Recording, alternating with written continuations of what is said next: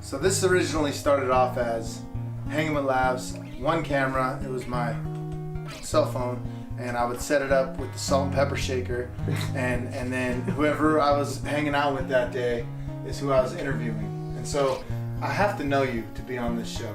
Like, you have to be my friend, and you and I are old friends, and we've ridden bikes together for 20 something years, and now I was like, Jared, you want to come on Hanging with LAVS, like, and promote your new venture? And you were like, yes, that would be awesome. So this is Jared Fisher.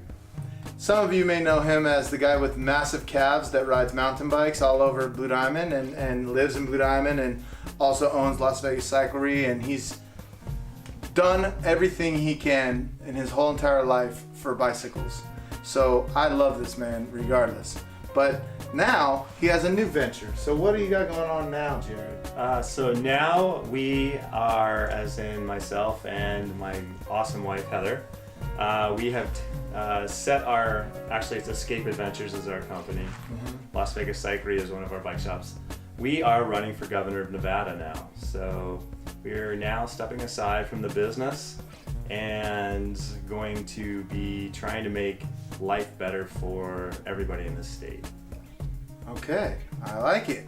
So, first of all, you're a bike guy, so I know that the bike laws are going to be awesome. So I'm down for that. I'm down for that right away. I mean, let's just get that out of the question. There's no question about that. Yeah. I feel like that is awesome. And there's been people that have been getting hit on bikes, and there's bikes trails getting taken away from us, and there's things like this that are going on. But what are some of the platforms that you're standing on, and then why are you running for governor? Well, I'm running for governor because just like you've got your girl and your family, and I'm sure you've got a family too behind the cameras, and I have a family. And in the positions we're in as adults, we've got to set the environment for our children so they have a place that they can call home here in Nevada in the next 15, 20, 30, 40, 50 years. So it's up to us to help set the standards for the future. So our platforms is basically along the lines of healthy economy, healthy environments, and healthy education. And while we have other issues that we deal with, that's basically what our platform is set as. So we take the triple bottom line, which is called People, Profit, Planet. It's kind of a business way of running your company. I take that into this type of running for governor, as we put people, we put how can the state be profitable, and what are we doing to the planet. Right, save the planet, right? Yeah, but we weigh in all three of those things when we make our decisions. Can you shut that? Sorry. New guy, sorry. That's okay. Right, yeah, right. So you put the people in, then the profit, because you want the business to survive. Well, we want the state to survive. Right. So we have a budget. Our state has a budget, and you basically need to make sure that you're going to cover your expenses. You're going to cover your Medicare, your Medicaid. You're going to cover your education expenses, your schools, and you're going to cover roads. All those different things that come into play that we kind of take for granted in our daily lives. We need to make sure that we have a balanced budget, but at the same time, we need to look at what we're doing to the planet, and we need to look at these people's jobs and see how those are affected. So we weigh all those into play in the decisions that we make. Okay, so what are some things that you think that need to be fixed? Need to be fixed in the state? Right, well, there's a lot of things. Really? Yeah, there's a lot of things, but mostly it is, well, first off, the state of Nevada actually has very lax tax laws as it is right now. But it's how we manage our money here. So when you hear that we have budget problems, a lot of that's not the fact that we don't have the money, it's the fact that we're not managing it properly. Spending it wrong. You're spending it incorrectly. So I think what we see, and all of the complaints I hear year after year after year, and I even hear myself complaining, is how is it that we continue to re-elect people moving chairs in different seats in our legislative department, and how is it that we, or county commissions and those different seats, we continue to re-elect the same people year after year after year and complain about why we don't have this, why we don't have that. And I started thinking about it. Well, why don't I just run? This is the United States of America. Aren't we a government by the people, for the people, of the people? I go, wait, that's me. I can easily run for this. I know how to run a company. I know how people work. Yeah, you have several successful businesses. Yeah, well, I mean, I know how to run a company. I have 4 kids going through the school district here in Southern Nevada, and I have dealt with the government 27 years. I went to UNLV. I know how the system works. Why can't we bring someone in who's not a lifetime politician, instead something fresh and new? And I keep wondering why that wasn't happening. I realized, wait a minute, that's what I'm supposed to do. So that's what I did. So that is why I'm running for governor. All right, I love Yeah, it. So is there like a party that you're affiliated with, or that you're not, or that you don't really care about that stuff? Well, what I want to do is bring the parties together. So I am a Republican because I believe in fiscal responsibility. I believe that everybody should work hard, and we should teach our children to work hard. And by working hard, you can reap the benefits of a free nation. So, but it's not that I don't have friends on all the political parties, including independent, libertarian, Republican, Democratic. I get along with everybody. Yeah, so like, that's what I want to do. I don't put you as a Republican ever. Like I'm a nothing. But if I was gonna be something, it would probably be independent, maybe. Yeah. But I just because of the, I don't see you caring about certain things that the Republican Party platform cares on, and is very heavy weighed, the social issues and stuff that they deal with. But I see you with the fiscal responsibility for sure, which that's pretty awesome. And I think it's whatever platform that you can get elected on, that's the one that you should run with, because you're a good person. So it doesn't really matter. It doesn't really matter that the R by your name or the D by your name. I don't care about that. You know what I mean? Or I or whatever. Yeah. It doesn't make a difference to me at all. And I feel like we should bring the parties together and not be so divisive and so polarized, and everybody's so fighting. Right. It's insane. It is insane. So you being a Republican is kind of like, I think it's one step closer to maybe everybody that's not a Republican. They see like a guy like yourself that's down to earth, that's cool, that's not like super stiff about certain subjects. Yeah. Running to better our state, you know what I mean? Which is cool. I hear you. I feel like our state isn't doing that bad, but that might be because my head is in the dirt jumps. So you know what I mean? Like you don't even really pay attention. But the only thing I don't like is greed.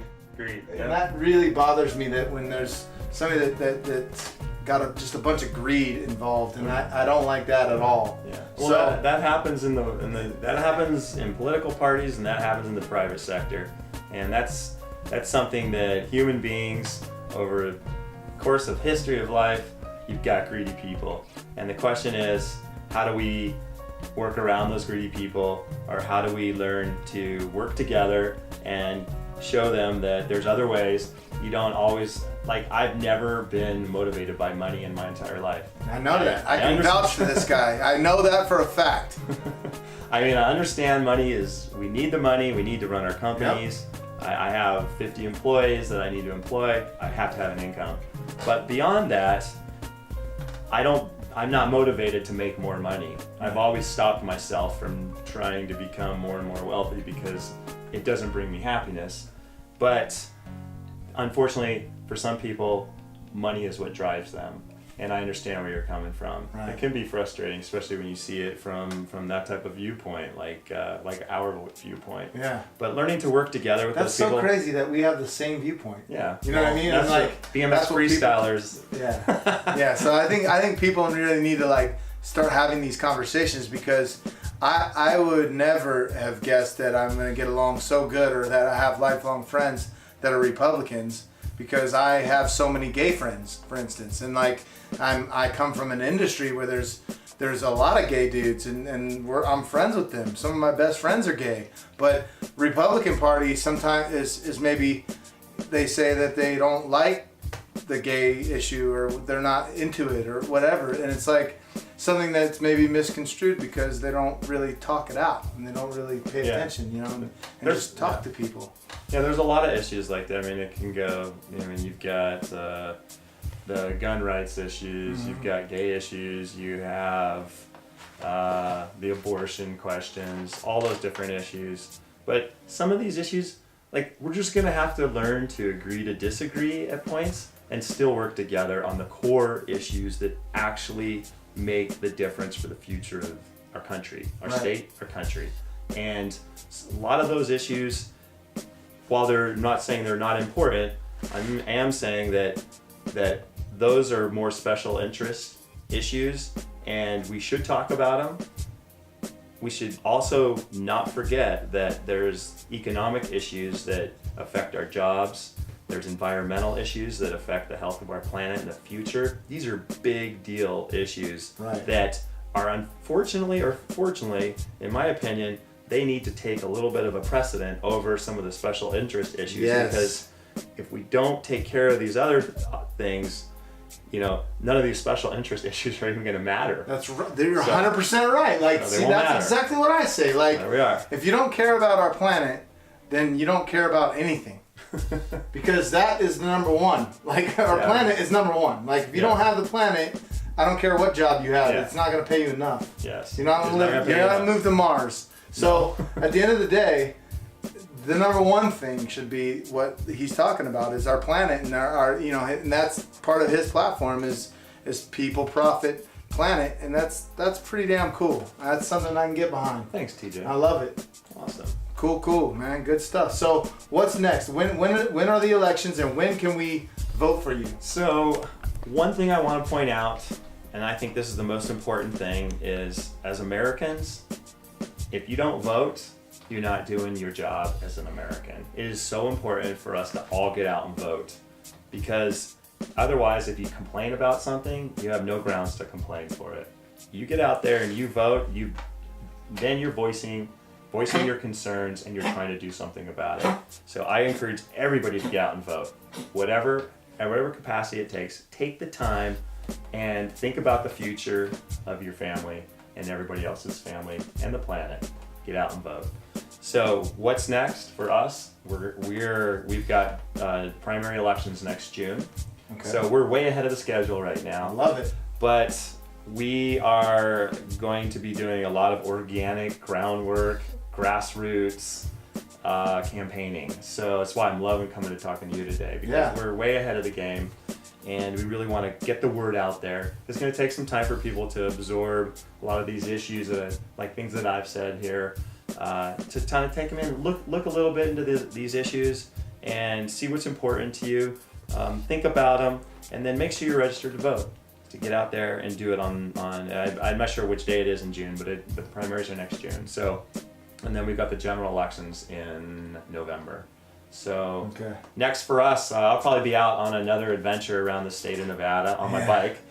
I've heard. You're riding your bike from here to Reno? I actually rode around the state already. So I did You already did a question. Yeah, I did a 1,400 mile ride earlier in May. Oh, that's it? Yeah. So Jesus. So we were doing 100-mile days. I had somebody go with me for the first 5 days, and then I just continued on, and he went back. And I made my way to all the small communities, visiting people in their front yards, backyards, fields. I went to Carson City, and I testified at some hearings in the state legislative building. I made my way down to solar farms, visited some solar fields. Nice. Visited small businesses. So you're behind solar then, Absolutely, yeah. It's insane to me. I have 7 renewable energy projects that I've done or am working on right now. So I'm a big renewable energy guy. Yeah, me too. But this whole house is on solar. Oh, everything. There we go. Yeah, I'm 100%. That's awesome. Off the grid. Oh yeah, so to speak. Yeah, tied into the grid, but not really. Right. That is fantastic. Yeah, I believe 100% wholeheartedly that we need to do that. Yes. And then Vegas is insane that we don't have solar, and that every house is not. It should. The whole entire state should be filled with solar. So let me tell you this: the state's nickname is the Silver State. When you enter in any direction in Nevada, come from any highway, big sign says the Silver State. Yep. I think that sign's a little outdated. That was So 1864 is when we became the Silver State. It is now 2017. Heather and I propose that we change those signs, or at least add to them, to the Solar State. Perfect. There we go. I 100% get behind that. The solar state. And it couldn't be windier. I mean, it couldn't be windier. Yeah. And windmills are badass. Like that windmill farm that's by Bakersfield is beautiful. Yeah. Like on your way to Bakersfield on 58 there. Yeah. It's incredible. Yeah. And I don't see why we don't have that. It's crazy to me that we have so much solar and so much wind, and we don't have that. When we don't have those renewable energy insane to fields. me. Yeah, so getting those bigger projects is one of the goals that I propose is to get some of these bigger renewable energy projects out there. And one of the challenges we faced with these big solar farms, so I actually have 2 wind turbines. You know I have one. Yep. So I put those up before, and I've done solar. The challenge we face is when we get out into on the federal lands, BLM lands, National Forest lands, is first getting through the bureaucracy of trying to get the permitting done to tie these solar farms or wind farms into the grid. But the other problem we face is where are we going to put the energy once it hits it? So we need to make sure that we have innovation going on, like we have at the Tesla factory going on in northern Nevada. We have to make sure the innovation is important right now. We need to educate our higher level education, our UNLV, UNR, and bringing in possibly other universities, departments into those schools where we are innovating and building ways that we can store this energy on the grid, so we don't just have solar during the day and sometimes wind intermittent at night. Right. We need to make sure we have that 24/7 energy. Make sure when you plug in your hair blow dryer at 5 in the morning, the sun's not up, that you have energy. So that requires more innovation. And how are we going to do that? We need to get our universities set up. We need to get our programs set up so we have those people. Switch. So we have those innovative minds there developing these new concepts that are gonna make that happen. So I agree with you. We got these big. We could have so much more, and we kind of drag our feet in this state to a point that it gets really frustrating. I have been frustrated for 25 years. I don't understand why every house in this entire southern Nevada, at least, is not plastered with solar. Jared Fisher doing it for Las Vegas since day one. Him and I used to write shows together back in the day, so I can attest he doesn't do things for money. He does things because they matter and because he wants to. So that's integrity. Right on, man. Thank you very much for being here. Hanging with Lavs. Awesome. Man. And you know what? I'm going to have you on Anything Goes with TJ Lavin and Forrest Griffin. It's our podcast. And so tune in for that too. That's going to be next week. We're going to check him out for sure. Because we need you in there. Thank you. Because we need wind and we need solar. Well, you'll get it with the Fisher administration. That's it, brother. All right.